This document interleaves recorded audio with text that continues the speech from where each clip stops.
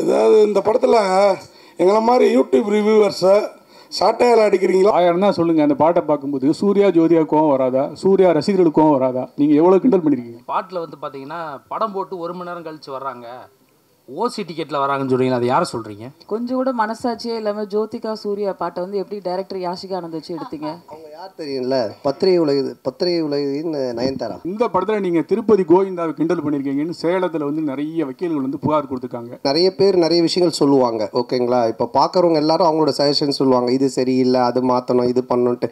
But அது எல்லாத்தையும் நம்ம எடுத்துக்க முடியாது, அப்படி வாழவும் முடியாது. இல்லை, இப்போ சார்பட்டை வந்து ஆகஸ்ட்லேருந்து ஷூட்டிங், இப்போ பார்ட் 2. இப்போ வந்து வேட்டுவோம் ரஞ்சித் சார் அந்த படம் ஷூட்டிங் போயிட்டுருக்கு. இவர் வந்து ராயபுரம், ஆனால் சொந்த ஊர் திருநெல்வேலி. அதனால தான் பைல்வான் ரங்கநாதன் நடிக்க வச்சிருக்கான் படத்தில். ஒரு கோர்ட்டு சொல்கிறதா நம்ம செய்ய முடியும், போகிறவங்க வரவங்க சொல்கிறதெல்லாம் நம்ம கேட்டு எதுவும் செய்ய முடியாது. ஆர்யா ப்ரொடியூசர் நல்ல சம்பளம் கரெக்டாக கொடுத்துட்டாரா? ஏதாவது இந்த படத்தில் எங்களை மாதிரி யூடியூப் ரிவ்யூவர்ஸை சாட்டையால் அடிக்கிறீங்களா, சப்போர்ட் பண்ணுறீங்களா? அது ரெண்டுமே இருக்குது. அதாவது வந்துட்டு 2 பேருக்குமே ஈக்குவலாக தான் ஆனந்த் பண்ணியிருக்காங்க. ஆக்சுவலாக வந்துட்டு ஒரு ரிவ்யூவர்னால் எப்படி இருக்கணும் அப்படின்றதும் இந்த படத்தில் இருக்குது. அதே மாதிரி ஆஸ் ஏ ஒரு ப்ரொடியூசர் டிரெக்டர்னால் அவங்க எப்படி இருக்கணும் அப்படின்றதும் இதில் இருக்குது. ரெண்டுமே இருக்குது இதில். கண்டிப்பாக ஒரு பட்சமாக இந்த படம் இருக்கவே இருக்காது. டைரக்டர் சார், கொஞ்சம் கூட மனசாட்சியே இல்லாமல் ஜோதிகா சூர்யா பாட்டை வந்து எப்படி டைரக்டர் யாஷிகா ஆனந்த் வச்சு எடுத்தீங்க? எங்கே மேடம் இருக்கீங்க? இல்லை மேம், அவங்க யார் தெரியும்ல, பத்திரிகை உலகின் நயன்தாரா. Hello ma'am. மேம், இது வந்து ஜிவிஎம் சார் ஆல்ரெடி இன்டர்வியூவில் சொல்லியிருக்காங்க. எங்களுக்கு எங்கள் படத்தோட ப்ரீ ரிலீஸ் ஃபங்க்ஷன் முன்னாடி அவர் வேறு ஒரு இன்டர்வியூவில் கூட சொல்லியிருக்காங்க. ஆக்சுவலாக ரொம்ப என்ஜாய் பண்ணி பண்ணார். இது வந்து ஸ்க்ரீன் பிளேக்குள்ளே ஒரு சீக்வன்ஸ். இது ஆக்சுவலாக இது வெறும் காமெடிக்காக மட்டும் எடுக்கல, இது ஸ்க்ரீன் பிளேவாகவே இது தேவைப்படுது. ஸோ நாங்களே கொஞ்சம் ஹெசிடேட் பண்ணி தான் சார்கிட்ட கேட்டோம். பட் அவர் ரொம்ப ஸ்போர்ட்டிவாக இது பண்ணி தான் அவன் நல்லா இருக்குது இது அப்படின்னு சொல்லி பண்ணார். நீங்கள் தேட்டரில் பாருங்கள், பார்த்தீங்கன்னா உங்களுக்கு எதுக்காக பண்ணுன்றது ரிவீல் ஆகும் கண்டிப்பாக. Sir congratulations.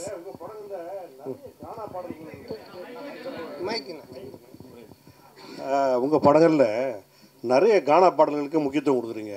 அதுக்கு என்ன காரணம்? அதுக்கு இந்த ஹீரோக்களில் நீங்கள் ஹீரோவாக ஆகிட்டீங்க, அந்த மாதிரி இந்த இன்ட்ரோடக்ஷன் சாங்ஸு அந்த மாதிரிலாம் நீங்கள் இம்பார்ட்டன்ஸ் கொடுக்காம மெயினாக கானா பாடலுக்கு முக்கியத்துவம் கொடுக்கறதுக்கு என்ன காரணம்?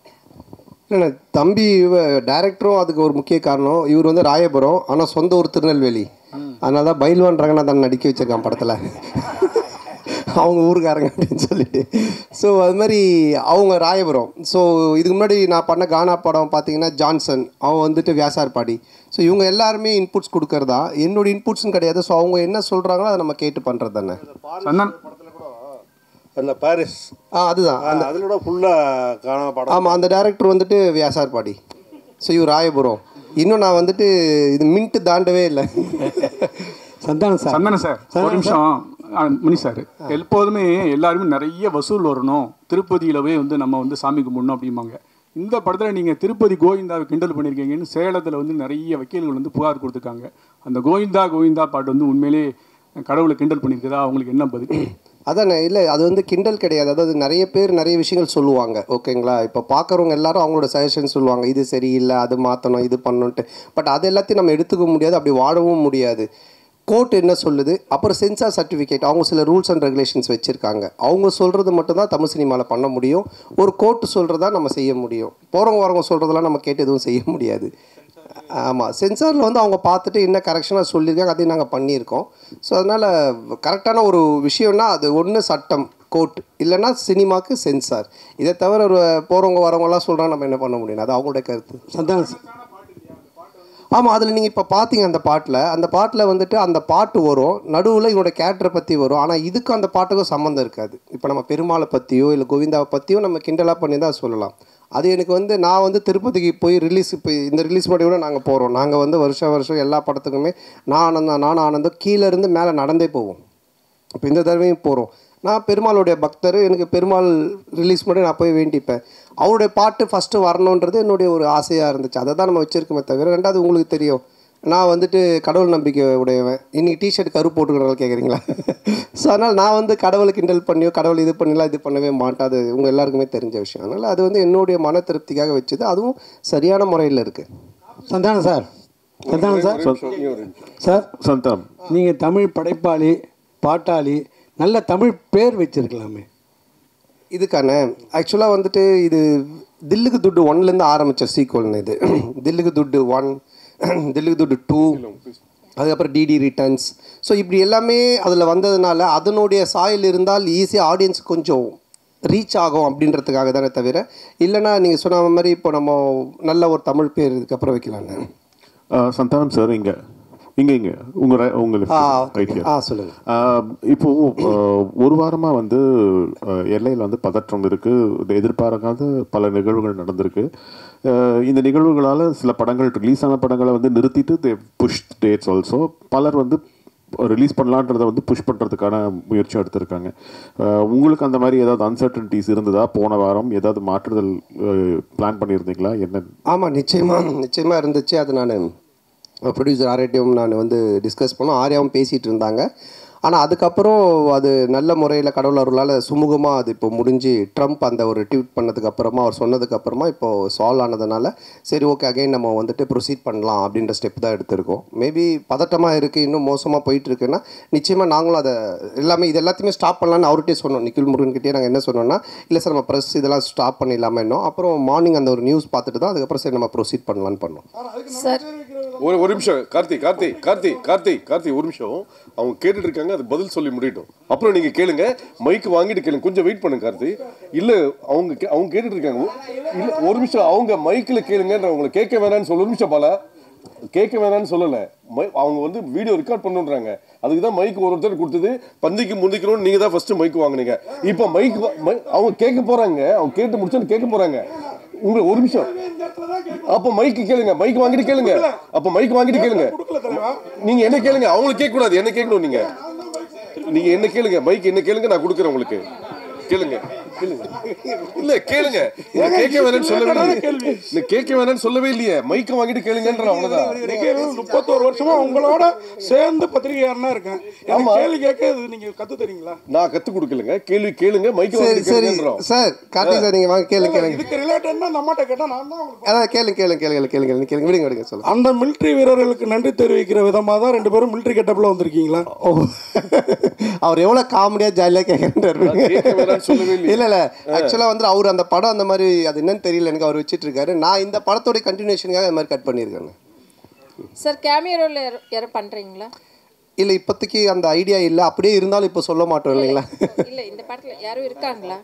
இந்த படத்துல அதான் அது இப்போ சொல்ல முடியாது. அப்படியே இருந்தாலும் ஏன்னா படத்துல ஒரு சர்ப்ரைஸ் எலிமெண்ட் தானே அது இருக்கும். ஆனா அப்படின்னு எதுவும் இல்ல. அப்படி இருந்தாலும் சொல்ல மாட்டோம். டைரக்டர் சார், டைரக்டர் சார், இன்னொரு மைக் கொடுமா. போஸ்டரில் ஹீரோயினையும் கஸ்தூரி மேடத்தையும் காணாம என்ன காரணம்? இன்னைக்கு இது நிறைய போஸ்டர் டிசைன்ஸ் பண்ணோம் சார். ஸோ இதில் இன்னைக்கு 15th வந்துடும் சார் கஸ்தூரி மேடம் போஸ்டர். அவருக்கு பிரச்சனை. அவருக்கு டைரக்டர் அண்ட் சந்தானம் சார், இந்த படத்தில் வந்து பார்த்தீங்கன்னா போகிற போக்கில் நெல்சன் சாரியும் கலாச்சிட்டாரு. அப்படியே காக்கா அந்த இது சீனியும் எடுத்திருக்கீங்க. ஸோ இது ரெண்டுமே ஒத்துக்கிட்டாங்களா? அதே போல் இந்த படம் முடிஞ்ச உடனே சந்தானம் சார் இந்த படத்துக்கு ரிவ்யூ பண்ணுவாரா? கண்டிப்பாக அவரே படத்தில் ரிவ்யூ வருதானே.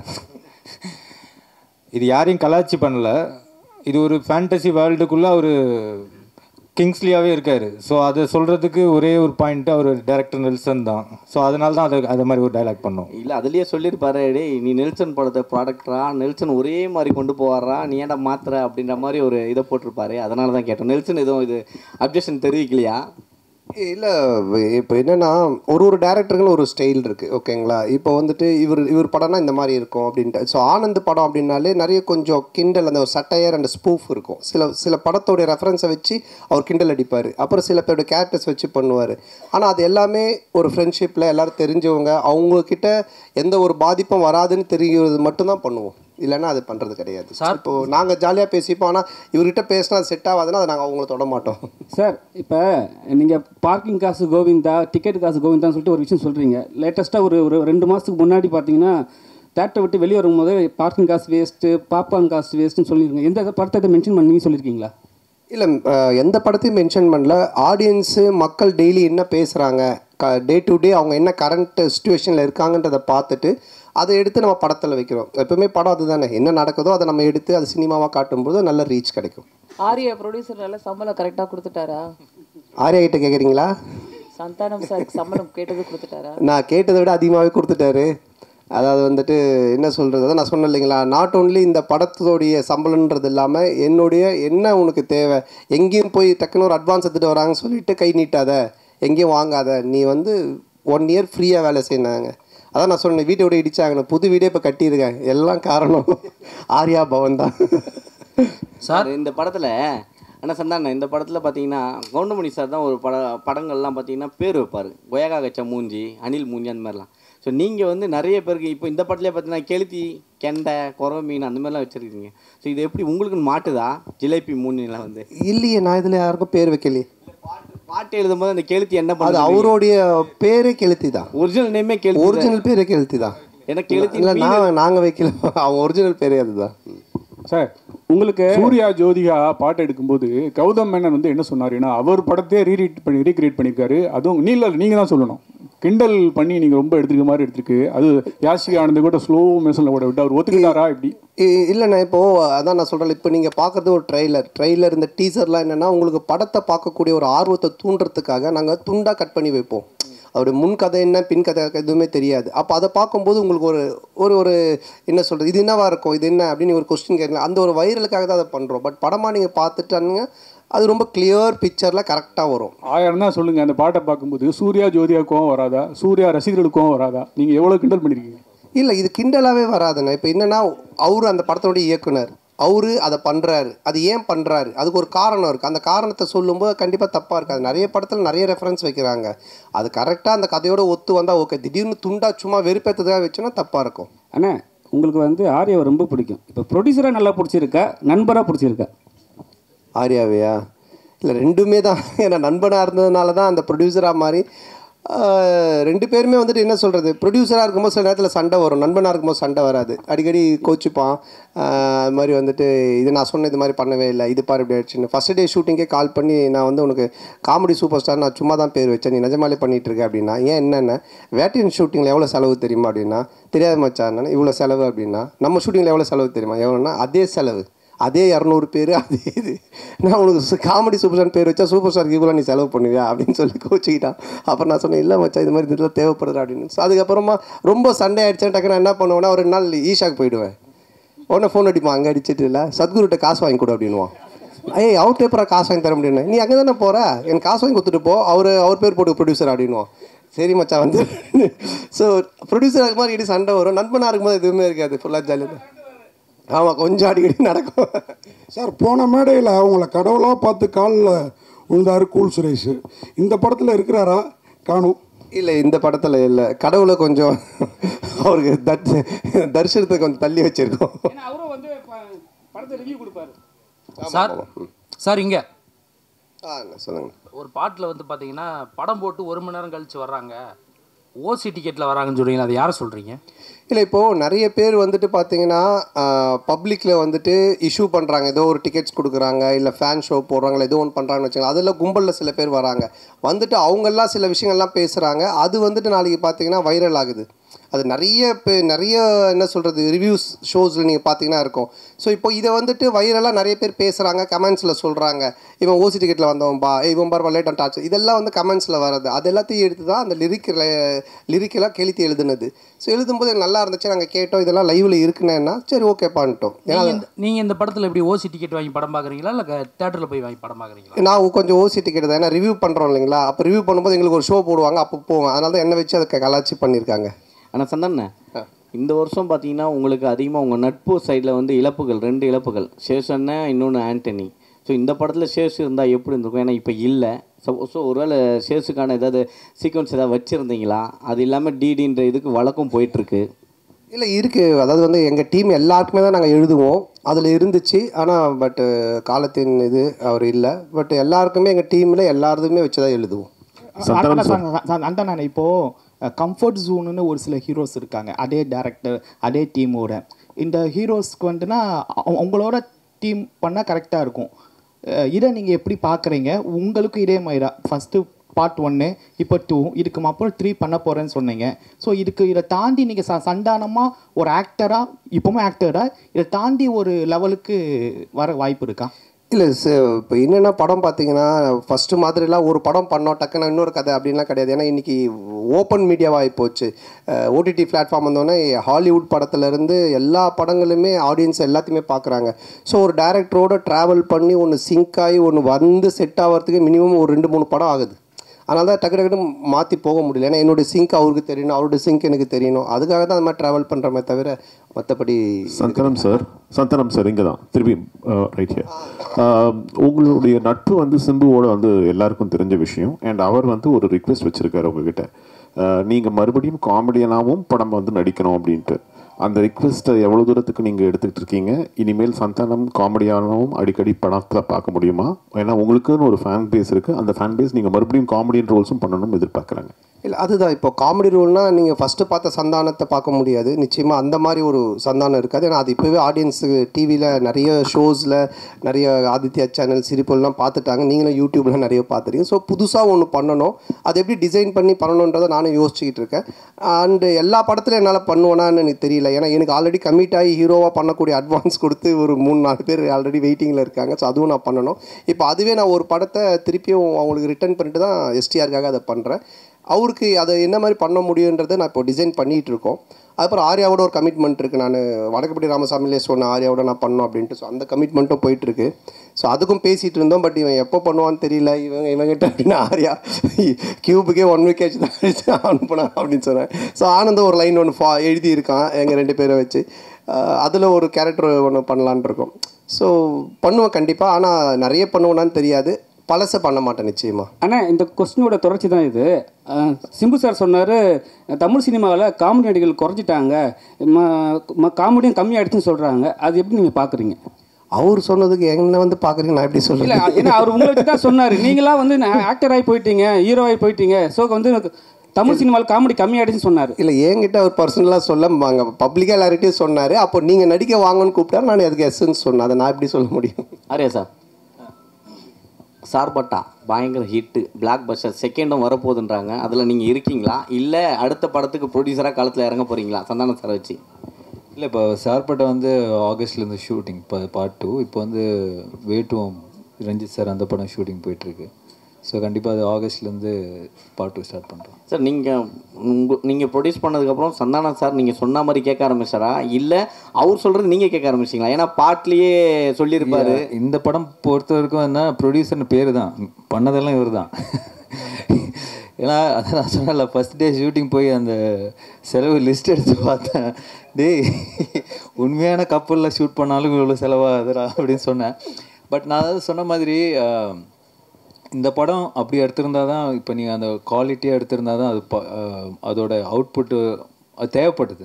பட் அது வந்து எவ்வளோ பெஸ்ட்டாக, எவ்வளோ எஃபிஷியண்ட்டாக ப்ரொடக்ஷன் சைட்லேருந்து எவ்வளோ கம்மியாக நம்ம பண்ண முடியுமோ, அது வந்து கம்மின்னா வேஸ்டேஜ் இல்லாமல் எங்களோட எக்ஸ்பீரியன்ஸ் டீமை வச்சு அது மேக்ஸிமம் வேஸ்டேஜ் கட் பண்ணி அது பெஸ்ட்டாக பண்ண முடியாத அளவுக்கு பண்ணியிருக்கோம். பட் எதுவுமே நான் கண்ட்ரோல் பண்ணது, நான் ஒன்று தான் அவர்கிட்ட சொன்னேன், எது தேவையோ பண்ணு, கண்டிப்பாக பண்ணாமல் இருக்காத. ஸோ அப்படி தான் இது பண்ணது. பட் ஃபுல்லாக பண்ணது அவர் தான். சந்தானம் சார், நீங்கள் காமெடி வெளிப்படத்தில் பண்ண மாட்டேன் அப்படின்னீங்க. சிம்புவோட நட்புக்காக இப்போ காமெடி போடுவீங்க. அதுமாரி பழைய ப்ரெஸ் மீட்டில் சொன்னீங்க நான் வந்து அரசியல் பக்கமே போக மாட்டேன் அப்படின்னு. இப்போ உங்கள் நண்பர் உதயநிதி சார் வந்து பார்த்தாவா எனக்கு ஹெல்ப் பண்ணு அப்படின்னு அடுத்த மே மாதம் கூப்பிட்டாருன்னா சிம்பு மாதிரி அந்த கொள்கையை மாற்றி ஏதாவது பிரச்சாரத்துக்காவது போகிறதுக்கு ஐடியா இருக்கா? சரி, அரசியலை பொறுத்த வரைக்கும் சார், யார் கூப்பிட்டாலும் யார் இது பண்ணாலுமே ஒரு விஷயம் தான் நான் வந்து தெளிவாக சொல்கிறது என்னென்னா, நீங்கள் உழைச்சா உங்களுக்கு சாப்பாடு, நான் உழைச்சா எனக்கு சாப்பாடு. இதை தவிர வேறு எதுவுமே கிடையாது. பட் நட்பு ரீதியாக சில விஷயங்கள் இருக்குது. இதெல்லாம் பண்ண முடியும், இதெல்லாம் பண்ண முடியாது. இப்போ நான் சிம்பு சார் எஸ்டிஆரில் என்ன கூப்பிட்டாலும் இப்போ அவர் வந்து சந்தானத்துக்கு கம்ஃபர்டபுளாக என்ன காமெடி பண்ண முடியும், அவருக்கு என்ன செய்ய முடியும் கேரக்டராக அப்படின்ற அந்த ஃப்ரீடம் எனக்கு கொடுத்துருக்காரு. அதையே அதையே பண்ணணும் அப்படின்னு அவர் எனக்கு ஃபோர்ஸ் பண்ணல, இல்லை அந்த மாதிரி ஒன்று சொல்லலை. அது மாதிரி உதய் சார் கூப்பிட்டாலும் அதுக்குன்னு சில எனக்கு இந்த கம்ஃபர்டபுள் ஓகே, இதை நான் பண்ண முடியும், நான் வந்து சொல்ல முடியும், இதெல்லாம் எனக்கு ஓகேனா நான் நிச்சயமாக போய் பண்ணுவேன். சார் சந்தானம் சார், அடுத்த வாரம் பார்த்தீங்கன்னா நீங்கள் நடித்த படம், சூரி நடித்த படம், யோகி பாபு நடித்த படம், உங்களுக்குள்ளாரே ஒரு போட்டி வந்துடுச்சு. அது எப்படி பார்க்க? ஏன் மற்ற இன்னொருத்தர் விட்டுட்டிங்களே, டாம் க்ரூஸ், மிஷன் இம்பாசிபிள், அவரே சேர்த்துக்குங்க. ஏன் அவர் ஹாலிவுட்ல விட்டுட்டீங்க? அப்புறம் ஃபைனல் டெஸ்டினேஷன் அந்த ஹீரோ பேர் என்ன, ஹீரோயின் பேர் என்ன, பேர் தெரியல, அவங்களே சேர்த்துங்க 5 பேர். நான் தமிழ்நாட்டை விட்டு தாண்டல, அதனால் தெரியல. ஸோ அதனால் எல்லாரையும் சேர்த்துங்க, மொத்தமாக எல்லோரும் காம்படிஷன்னால் எத்தனை படம் வந்தாலும் ஓடும் சார், நல்லா இருந்துச்சுன்னா. சார் ஆர்யா சார், நீங்கள் இதில் ப்ரொடியூசராக மட்டும் ரோல் பண்ணுறீங்களா இல்லை ஏதாவது ஒரு சின்ன கேமியோ ரோல்? இல்லை சார் ஒன்லி ப்ரொடியூசர் ரோல் மட்டும்தான். ஆனால் சந்தண்ணே, என்னதான் படம் கஷ்டப்பட்டு எடுத்தாலும் ரிவ்யூவர் வந்துட்டு முதல் நாளே கிளியும் கிழிச்சு தொங்க விடுவாங்க. இதை எப்படி பார்க்குறீங்க? ஏன்னா ரொம்ப கஷ்டப்பட்டு தான் எடுக்கிறோம் எல்லாருமே. ஸோ ஏதாவது மிஸ்டேக் வரும். இல்லை, அதை பார்க்கறத விட உங்கள் 2 பேர் தான் நான் பார்க்குறேன். மாற்றி ஏதாவது ஒரு பிரச்சனை பண்ணுன்ட்டு இந்த இன்னிக்கேளி போய் இந்த இன்னிக்கேளி 2 பேர் பண்ணுறத நான் நல்லா பார்த்துக்கிட்டு இருக்கேன். சரி, அப்படிலாம் கிடையாது. நல்ல படம் வந்தால் நல்லா இருக்குன்னு தான் சொல்கிறாங்க. ஓகேங்களா? ஸோ வந்துட்டு இப்போ இவர் ப்ளூ சட்டை மாறனே பார்த்தீங்கன்னா எல்லா படத்தையும் அவர் கழிவு ஊற்றுறதில்ல, நல்ல படத்தை நல்லா இருக்குன்னு தான் சொல்கிறாரு அவர். இந்த மாதிரி எல்லாம் நிறைய ரிவ்யூஸ் வந்து நல்லா இருக்கிற படத்தை நல்லா இருக்குன்னு சொல்கிறாங்க. அதனால் இது நல்லா இருந்துச்சுன்னா நல்லா இருக்குன்னு சொல்ல போகிறாங்க, அவ்வளோதான். தப்பு இருந்துச்சுன்னா நாங்கள் பார்த்துட்டு இது தப்பாக இருந்தால் உண்மையிலேயே நாங்கள் திருத்திக்க பார்ப்போம். தப்பு இல்லைன்னா அவர் அவர் ஏதோ சொல்கிறான்னு சொல்லிட்டு போவோம், அவ்வளோதான். ஆனந்த் சார், தொடர்ந்து சந்தான சாருக்கே ஸ்கிரிப்ட் பண்ணிட்டு வந்துருக்கீங்க செகண்டு. அடுத்ததும் சந்தான சாருக்கே தான் லைன் சொல்லியிருக்கீங்கன்னு சொல்கிறாங்க. அடுத்து வெளியே வரதுக்கான வாய்ப்பு இருக்குமா? வேறு ஹீரோக்களுக்கு பண்ணுறதுக்கான வாய்ப்புகள்? இல்லை, கண்டிப்பாக பண்ணணும். அப்படி தான், அதுதான் ஃபஸ்ட்டு ஆர்யா சார் வச்சு ஒரு ரிஹர்சல் பார்க்கலான்னு. இல்லை, ஆர்யா சாருக்கு சொன்னாங்க முன்னாடியே, லைன் தான் சொல்லு, ரெடி பண்ணி சொல்லு அப்படின்னாங்க. ஸோ கண்டிப்பாக இது முடிஞ்சோன்னே அடுத்து சாருக்கு தான். சந்தானம் சார், இந்த படத்தில் கஸ்தூரிக்கு வந்து நீங்கள் பையனாக நடிக்கீங்க, அவங்க அம்மாவா நடிக்காங்கன்னு ஒரே பேச்சாக இருக்குது. அது எப்படி யோசிச்சு பார்த்தீங்க? கஸ்தூரி அம்மாவா? செட்டில் நீங்கள் அம்மா அம்மா அப்படின்னு கூப்பிடும்போது அவங்க ஃபீலிங் எப்படி இருந்தது? கஸ்தூரி மேடம் சார் கேட்க சொன்னாரா? நான் கேட்டால் வந்து ஏதாவது சொல்கிறாங்க, நீ கேளு. இல்லை, அதான் நீங்கள் இது படம் பார்த்தீங்கன்னா தெரியும். ஏன்னா வந்துட்டு அவங்களுடைய என்ன சொல்கிறது, அவங்கள வந்து அம்மாவாக கூப்பிட்டு அவங்கள வந்து பண்ண வைக்கணுன்றது எங்களுடைய வந்துட்டு மோட்டிவேஷனே கிடையாது. ஏன்னா இப்போ எனக்கு ஒரு அம்மானா அவங்களுக்கு ஒரு ஏஜ் குரூப் இருக்குது, அதை கூப்பிட்டு தான் பண்ணுவோம். பட் இது ஒரு ரீசன் இருக்குது கதையில் அப்படின்றது தான் நாங்கள் எக்ஸ்பிளைன் பண்ணோம். அதை கேட்டுட்டு அவங்களுக்கு ரொம்ப பிடிச்சி போச்சு. ஸோ அதனால தான் அவங்க அதை பண்ணாங்க. நீங்கள் படம் பார்க்கும்போது நீங்கள் கண்டிப்பாக கஸ்தூரி மேடமோட ஃபேனாக தான் இருப்பீங்க. அதனால் வந்துட்டு நிச்சயமாக அவங்களுக்காக 2 தடவை பார்ப்பீங்க. சார் டேரக்டர் சார், அது மாதிரி அன்றைக்கி சந்தானம் சார் அந்த ஆடியோ ரிலீஸில் பேசுகிறப்போ அவருக்கு புக் காமெடி இருக்குது, மொட்டராஜனுக்கு எலி காமெடி இருக்குது அப்படின்னு. சந்தானம் சாருக்கு என்னெல்லாம் காமெடி இருக்குது படத்தில்? சந்தானம் சார் தான் இந்த காமெடியோட ஃப்ளோவே டேக் ஓவர் பண்ணுறவர். டோட்டலாக உங்களுக்கு ஓப்பனிங் படம் ஆரம்பித்ததுலேருந்து இந்த படத்தில் தான் சொன்னேன், ஓஜி சாண்டா ரிட்டர்ன்ஸ்ன்ற மாதிரி. ஏன்னா ஓவரால் இந்த படத்தையே கேரி ஓவர் பண்ணுறது சந்தானம் சார் தான். அவரோட ஸ்க்ரீன் ப்ரெசன்ஸ்லேருந்து அவரோட லுக்கு, அவரோட பாடி லாங்குவேஜ் ரொம்ப ஃப்ரெஷ்ஷாக இருக்கும். உங்களுக்கு பார்க்கும் போது ஆடியன்ஸ்க்கும் சரி, எனக்கு அதான் எப்பயுமே சொல்லுவேன், எனக்கு ரொம்ப பிடிச்சது பார்த்தா காட்டுப்பூச்சி அந்த மாதிரி கேரக்டர்ஸ் பண்ணணுன்னு. ஸோ அதை பிரேக் பண்ணுவான் இந்த கிசா 47. கண்டிப்பாக என்ஜாய் பண்ணுவீங்க சார். சந்தானம் சார், இந்த டிடி பிரச்சனை உங்களை விட்டு போகவே மாட்டுது. இந்த டிடி பிரச்சனைக்கு ஏதாவது தீர்வு இருக்கா? ஏன்னா உங்களுக்குள்ளேயே தான் நடந்துகிட்ருக்குன்னு ஒரு வார் போயிட்டுருக்கு அப்படின்றாங்க. இல்லை, அது வந்துட்டு என்ன சொல்கிறது, ஒரு படம் ரிலீஸ் ஆகும்போது இப்போ பல பிரச்சனைகள் வரும். இப்போ அண்ணன் கேட்டாங்க தெரியல, சாங்கை பற்றி, டிடியை பற்றி வரும், அதை பற்றி வரும், போஸ்டரை பற்றி வரும். இது வந்து யூஸ்வலாக சினிமா நம்ம பண்ணும்போது எல்லாமே வரும். பட் ஒன்று தான், எதுவுமே சட்ட ரீதியாக கோர்ட் மூலமாக ஒரு விஷயம் ஆனால் மட்டும்தான் அது பிரச்சனை. இல்லைனா மற்றெல்லாம் சும்மா வாய் பேச்சு. இப்போ நீங்கள் கூட 10 வார்த்தை கேட்கலாம். ஏன்னா நீங்களும் பிளாக் டிஷர்ட், நானும் பிளாக் டிஷர்ட், எது என்ன மாதிரி போட்டுருங்க கூட கேட்கலாம். பார்த்தீங்களா, கைட்டிட்டு வெறும் உடம்புடைய போக முடியும் நீங்கள் வீட்டுக்கு. ஸோ அந்த மாதிரி தான் அது சட்ட ரீதியாக என்னவோ அதுக்கு பதில் தான் ஆன்சர் சொல்ல முடியும். வேறு கொஸ்டின்? அனைவருக்கும் நன்றி, வணக்கம். நன்றி, ரொம்ப நன்றி. படத்தை வந்து பாருங்கள், தொடர்ந்து சப்போர்ட் பண்ணியிருக்கீங்க. இந்த படத்தையும் கொஞ்சம் சப்போர்ட் ஆஃப் பண்ணிட்டீங்களா இருக்கா இதெல்லாம்? கொஞ்சம் படத்தை சப்போர்ட் பண்ணுங்கள். நன்றி, தேங்க்யூ.